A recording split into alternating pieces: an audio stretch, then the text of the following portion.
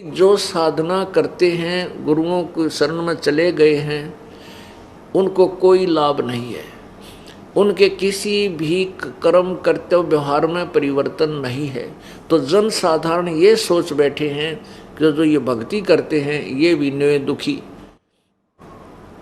और ये बीड़ी पीवें, हुक्का पीवें, शराब पी लें, कोई आंट नहीं, नाचे कूदें, सारे फंड करें, फिर किसे भगत ये।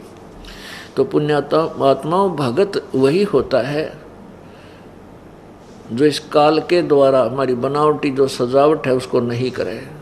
कहते हैं सच्चा भक्त परमात्मा के प्रति पतिव्रता की तरह रहता है, और कहते हैं पतिव्रता भाव नहीं या चूम चटक श्रृंगार, यानी सच्चे भक्त ने ये बकवाद अच्छी नहीं लगेगी, क्योंकि इसको पता है कि यहाँ क्या के ऊपर ये इस चाम की खाल ने कितना श्रृंगार लूँ, या तो माटी है, 2 मुट्ठी राख है, जब इसको शमशान घाट के ऊपर फूंका जाओगे ढूंढा भी ना पाओ शरीर कहाँ था इतना सुंदर, और ये पहचान में नहीं आया किसकी माटी थी। तो ये तो ज्ञान आपको दिया जा रहा है, ये आंख बनेगी आपकी, ये मोतिया बंद हटेगा, विवाह होता है, नाचें गावें कूदें फंड करें हैं, और फिर ना जाने के दुर्गति हो जा, 1 मिनट में मृत्यु हो जा। पुण्यात्माओं ब्याह शादी करे, लेकिन बिल्कुल सिंपल वे थे, एक साधारण तरीके थे, एक अपना परंपरागत एक सिंपल परंपरा से साधारण तरीके थे। बच्चों का संयोग जोड़ना है, इसने चाहे तो ढोल पीट लो, चाहे उड़ा कितना नाच कूद लो, बच्चों का ब्याह करना है साधारण तरीके से कर दे सब। क्योंकि ब्याह शादी में कितना पैसा लगावे हैं, देखम देखा गरीब आदमी भी अपनी बेटी के लिए उस देखम देखा लाखों रुपये बर्बाद कर देता है, और फिर कर्जा हो जाता है, सारी उम्र रोता है। इसलिए लोगों ने बेटी की चाह समाप्त कर दी, और अब तो खैर प्रतिबंध लग गया, नहीं पहले गर्भ में बेटी मरवाने लाग गए थे।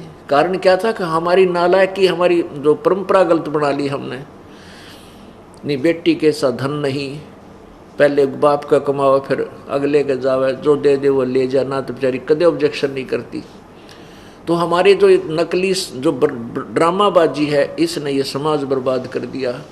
परमात्मा से डर रहा नहीं, डर होगा ज्ञान ते, ज्ञान किसी के पास था नहीं। भक्ति में परमात्मा की में सब लगना चाहते हैं, लग भी जाते हैं, उनसे लाभ कुछ होता नहीं, क्योंकि वो उनकी way of worship according to the shastra नहीं है, उनकी पूजा की विधि सदग्रंथों अनुसार नहीं है। इसलिए गीता जी अध्याय नंबर 16 के श्लोक नंबर 23 में कहा कि शास्त्र विधि को त्याग कर जो मनमाना आचरण करते हैं, मनमानी पूजा करते हैं, उनको ना तो कोई सुख होए, ना उनकी कोई सिद्धि होए, ना उनकी गति होए। फिर भक्ति किस लिए करते हैं? इन 3 चीज़ों के लिए करते हैं। तो इसलिए 24वें श्लोक में कहा कि 16वें अध्याय के में कि अर्जुन, इसलिए तुम सदग्रंथों को आधार मानकर कि जो कर्तव्य कर्म हैं उनको कर, और नहीं करने के उन पूजाओं को त्याग। शास्त्रों को प्रमाण कर किसी की दंत कथा पर विश्वास मत करना। तो अभी तक हमारे संतों ने, गुरुओं ने, ऋषि और महर्षियों ने दंत कथा सुना रखी थी हमारे को शास्त्रों का ज्ञान नहीं दिया। उन्होंने हमें आउट ऑफ सिलेबस पढ़ाया, पाठ्यक्रम से बाहर की पढ़ाई, नावल पढ़ा दिए। हमारे पाठ्यक्रम की पुस्तकों को का ज्ञान उन्हें नहीं था, तो वो टीचर नहीं थे, वो हमारे गुरु नहीं थे, वो हमारे पूर्वजों के जीवन के शत्रु थे। उनको भूत बनवा दिया, पितर बनवा दिया। गलत साधना करने से वो पितर बने, भूत बने, और फिर कहते हैं तेरा पिता भूत बन गया, उसकी गति करवा दे। उसमें बोला था, अब गति क्या करवा दे? अब उसके पिंड भरवा दे हैं, उसकी 13वीं कर दे, 17वीं कर दे, 36 फंड कर दे, और फिर वो कौवा बना दिया। आसोज के महीने में श्राद्ध निकालो, श्राद्ध निकाल कर भोजन ऊपर रख दो, कौवा खाएगा। हो सकता है तेरा पिता कौवा बन गया हो, और तेरा गजब हो। लगे थे मोक्ष कराने, गति कराने, और कौवा बना के छोड़ दिया। अगले इसको भोग लग गया, तेरा पिता कौवा बन गया। पितर था, ये पितर खा गए कौवा बन के। पुण्यात्माओं, ये सब जो भक्ति का भट्ठा बैठा दिया, ये इन नकली महर्षियों ने, इन नकली गुरुओं ने, जिनको वेद ज्ञान नहीं था।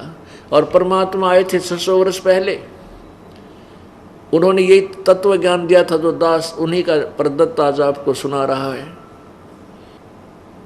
इसको उन नकली, उन अज्ञानी ऋषि महर्षियों ने रिजेक्ट कर दिया कि कबीर तो अनपढ़ था, अशिक्षित था, वो के जाने गीता और वेदों और पुराणों के बारे में। इसलिए उस समय ये बात स्वीकार कर लेना सहज था कि कबीर जी संस्कृत नहीं जानते, ये शिक्षित नहीं है, क्योंकि एक वर्ग, ब्राह्मण वर्ग ही संस्कृत भाषा को पढ़ने का अधिकारी था, अन्य कोई वर्ण नहीं पढ़ सकता था। इसलिए नकली गुरुओं ऋषियों का दाव लगा रहा, इनके झूठ ढोल के डंके पे खूब चलती रही, स्वीकार होती रही। अब आ गया इसका अंत। अब इन सब नकलियों के ज्ञान की खाल उतरेगी और ये खड़े खड़े देखेंगे। ये नो नहीं कह सकते, हमने ऐसा नहीं कहा, क्योंकि उनकी बुक मेरे पास लिखी हुई है। उनके द्वारा दिया हुआ ज्ञान, उनके द्वारा दिया हुआ नाम सबके पास उपलब्ध है, और वो सब का सब शास्त्र के विपरीत है। शास्त्र के विरुद्ध जो साधना है वह बिल्कुल व्यर्थ है, जीवन बर्बाद हो जाएगा। प्राणियों, बार बार सूत नहीं, ये अवसर नहीं मिलता मानुष जीवन मिलन का। तो अब ये कुछ दिनों में जब मानव जाग जाएगा, मानव समाज में ये क्रांति आवेगी भक्ति की एकदम, इन झूठे गुरुओं को कहीं छुपने का ठिकाना नहीं मिलेगा। ये बाहर नहीं निकलेंगे, छुप जाएंगे कि तो या पलायन कर जाएंगे दूसरे देशों में जाके। पैसा बतेरा है इनके पास, पैसे की कमी है ही नहीं, वहाँ जा कर के किता अपना टाइम पास करेंगे। वो समय शीघ्र ही आने वाला है। या तो ये सरेंडर कर देंगे, अपना कल्याण करवा लेंगे, मोक्ष प्राप्त कर लेंगे इस दास के पास आकर, नहीं तो इस मानव समाज इनको धिक्कारेगा, थूकेगा कि तुमने क्या मिल गया नालायको, इतनी जनता का जीवन बर्बाद करके। नहीं पता था तो चुप रहना चाहिए था तुमने, तो बन बैठे महर्षि महंत हैं और संत और गुरु, पता नहीं क्या उपाधि पा रहे हो, तुम दुनिया को भ्रमित कर रहे हो। जब तक हम जागृत नहीं होंगे, स्वयं अपनी आंखों नहीं देखेंगे सदग्रंथों को, हम निर्णय कैसे करेंगे कौन गलत है कौन ठीक है। तो दास का उद्देश्य है कि आपको प्रोजेक्टर के ऊपर, टीवी चैनल, सीडीज के माध्यम से, चैनलों जो है, ये सब तरीके से आपको परमात्मा की महिमा सदग्रंथों में दिखा दूं कि सदग्रंथ ये बताते हैं। फिर आप भगत बनोगे।